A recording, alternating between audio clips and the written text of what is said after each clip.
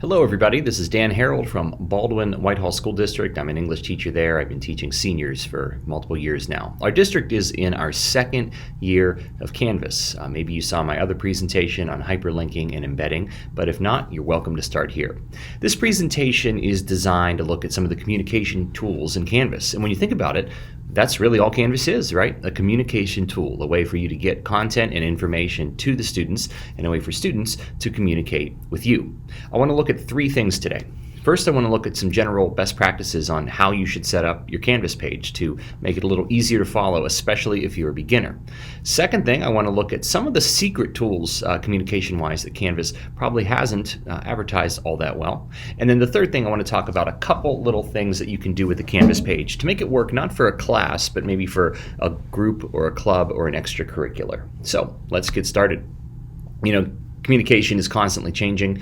We had our town crier and tin cans, and eventually the telegraph and Andy Griffith, and finally we've arrived here at Canvas. So there's many different ways that we can communicate with parents. You have your phone and email. You have your district LMS, or your district student management system rather. Ours is Skyward. You could use the Canvas announcements, messages, comments, and then analytics. So we're obviously not talking about the first three today. I assume you know how to use those things. We're going to look at these: announcements, messages, comments, and analytics. So let's get started with the easy stuff. The first thing is the Canvas announcements. Now, when you go to make a Canvas page, I want to put a challenge to you. I want you to put as little on it as possible. And what I mean by that is, if you look at the side tabs of a Canvas page, you'll notice there are about 15 to 20 different options. If you make a brand new Canvas page and you have all of those available for students to see, they will be confused. So what I have found, and some of my colleagues have found as well, is there's two best practices to follow. One is the long-term stuff, and for those you put them under modules. And the long-term assignments will exist there in order for students to explore at their leisure. The day-to-day, however, let's imagine a student misses class on Tuesday and they want to know what they missed. It's simply to set up a daily announcement. If you have used Google Classroom in the past, the announcements are basically the equivalent of your Google Classroom stream. So let me just show you what that looks like on my end. And again, there's no one right way to make a Canvas page, but this is what I have found works. So when my students go to my Canvas page, there's very little that they can actually see. They have some information and content in the center. They have the running to-do list on the side. But on the left, there's only three things. The first is the syllabus. It's there all year. The only other two are announcements and modules. The announcements are day-to-day.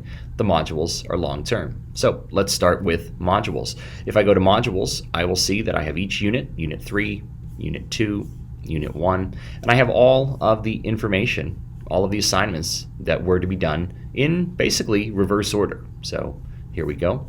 Here's an old unit, right? Old content that we've looked at. So if a student is missing an assignment, wants to see an assignment, wants to see what they should be working on, they generally should look here at the top.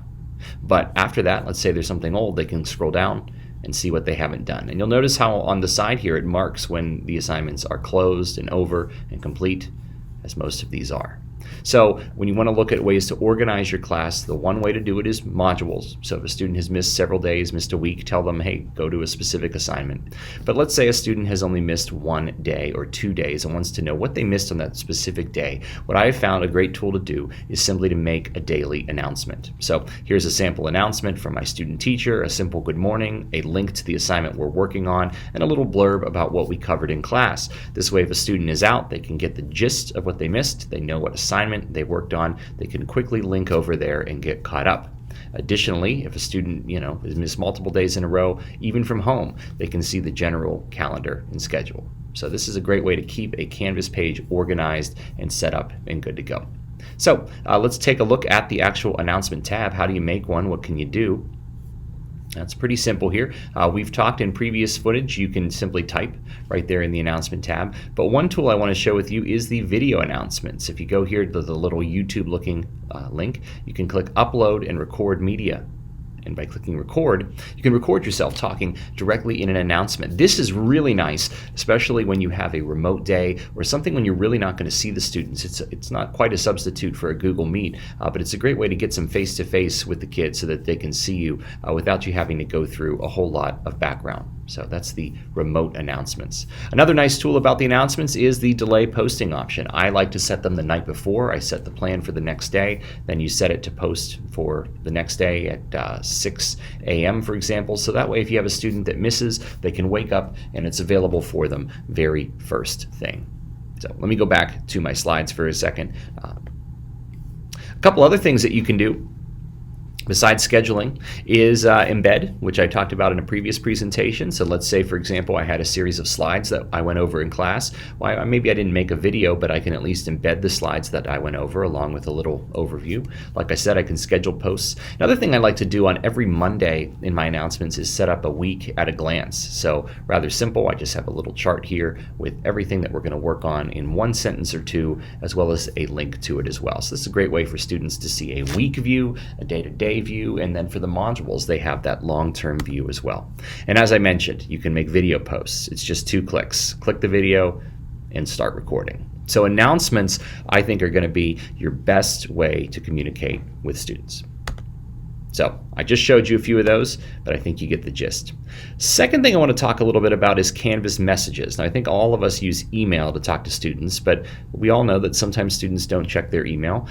Canvas messages is great because it's all right within the app. It's all linked within the phone app. A lot of students have the Canvas phone app, and you can use notifications and sort of keep everything in-house. And so this is a great tool as well. It functions almost identically.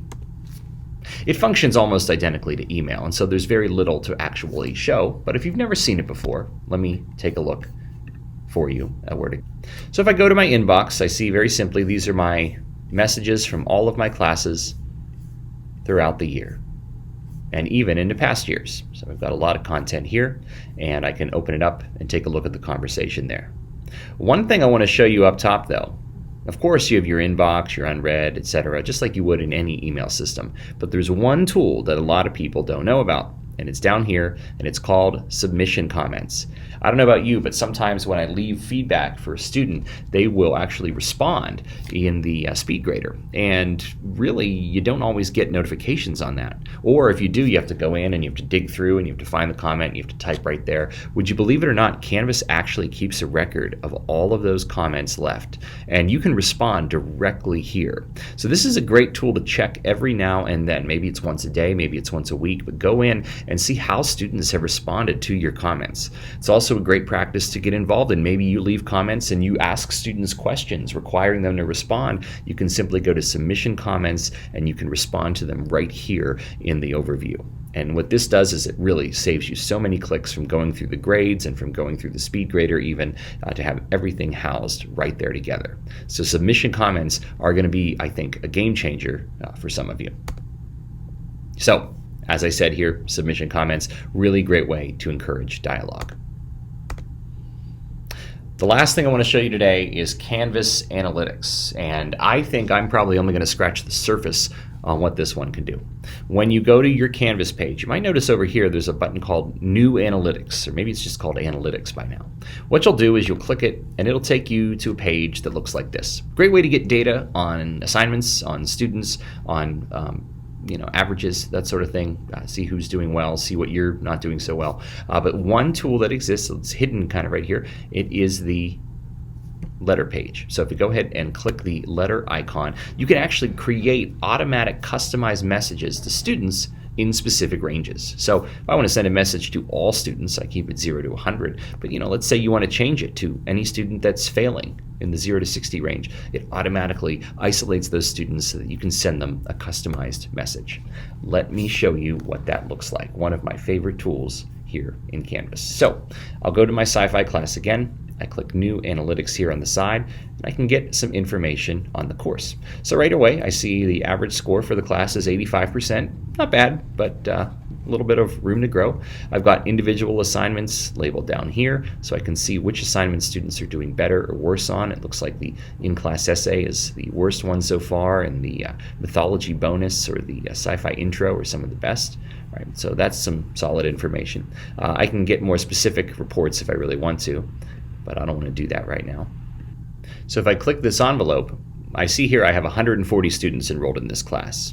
So I can see how many are missing an assignment. Well, that doesn't tell me much. Maybe they just turned in something manual here. Yeah. So what I do is I click the envelope and I see I have 140 students registered in this class. Well, let's say I want to send a message to every student that is currently in the failing range. I type in 60 to 0. I've got 12 students in that category. If I were to click this right here, it would actually show me their names, but I can set out a blanket information to any student that actually is in that category and tell them what they need to do and where they need to go. Maybe I want to make that a little higher. Any student that is in the D or the F range, right? It goes up to 28. This also does a great work of showing me just where my students are. So 40 students are lower than a B, and it looks like about half my students are in the A range. So this is also some good information to know as well. But this analytics tool gives you a really nice way to communicate with specific bands of students for specific reasons. And you can get far more specific. I can go into a specific assignment and send a message to any student missing a specific assignment. I can drill down a little bit more here and get some information just on this one assignment here. So there's a lot of other options beyond the full class question. But anytime you're in analytics, go ahead and click the envelope and it'll give you some much more detailed analytics there. So excellent tool I think you'll use as you go through this process. Last thing I want to talk about today is how to use Canvas to communicate not just with your classes, but with extracurriculars. I know a lot of people have used other sources in the past, Google Classroom or Weebly pages or whatever, but Canvas is a great way to make a page for your class as well. I'm one of the senior sponsors, and so we have a lot of information that we have to get out to our seniors every year. Couple ways to do it. Number one, you can just make the page. Number two, get a list, a mass email list of everybody in your club and organization. Copy, paste it in, and you have your invites ready to go. I know for the seniors, we do this with 350 kids. If you have a smaller club, you could send them a code and have them join manually. But if you have a larger group, you can just join with an email list. A great way to get students to remember things are, of course, announcements, but also to make fake assignments. Make an assignment with 0 points because it's not a real class, but what it will do is put an item on their Canvas calendar. So let's say that they have to turn in money for caps and gowns by a certain day. Make that an assignment. No submission, so they can't mess it up, but make that an assignment and it'll pop up on their calendars. Another option you can do is make announcements pop up on the home page. We've talked about announcements in the past, but maybe you just want students to glance and move on. This is a great option as well. So let me show you what my page looks like where I have the announcements. So if I go to the senior class of 2022, this is the senior class page. We're currently selling pirate tickets and taking Jostin's orders, but you'll notice I have my announcements right here, the most recent 3. And so what I have done in the past, if I go to modules, I really don't have a lot of assignments. I have pages and documents uploaded instead, but you can have all of this here for students to go ahead and access. And if I really want to get the students' attention, I can make an announcement, and what that does is it puts it on the calendar. One thing I want to show you here today, if you want to make the announcements on your home page, maybe that's something that you're interested in, you go down on the front page to more options, set recent announcements on course homepage. I like 3, but you can do as many as you want, and then go ahead and save that. And what that does is that puts those announcements front and center.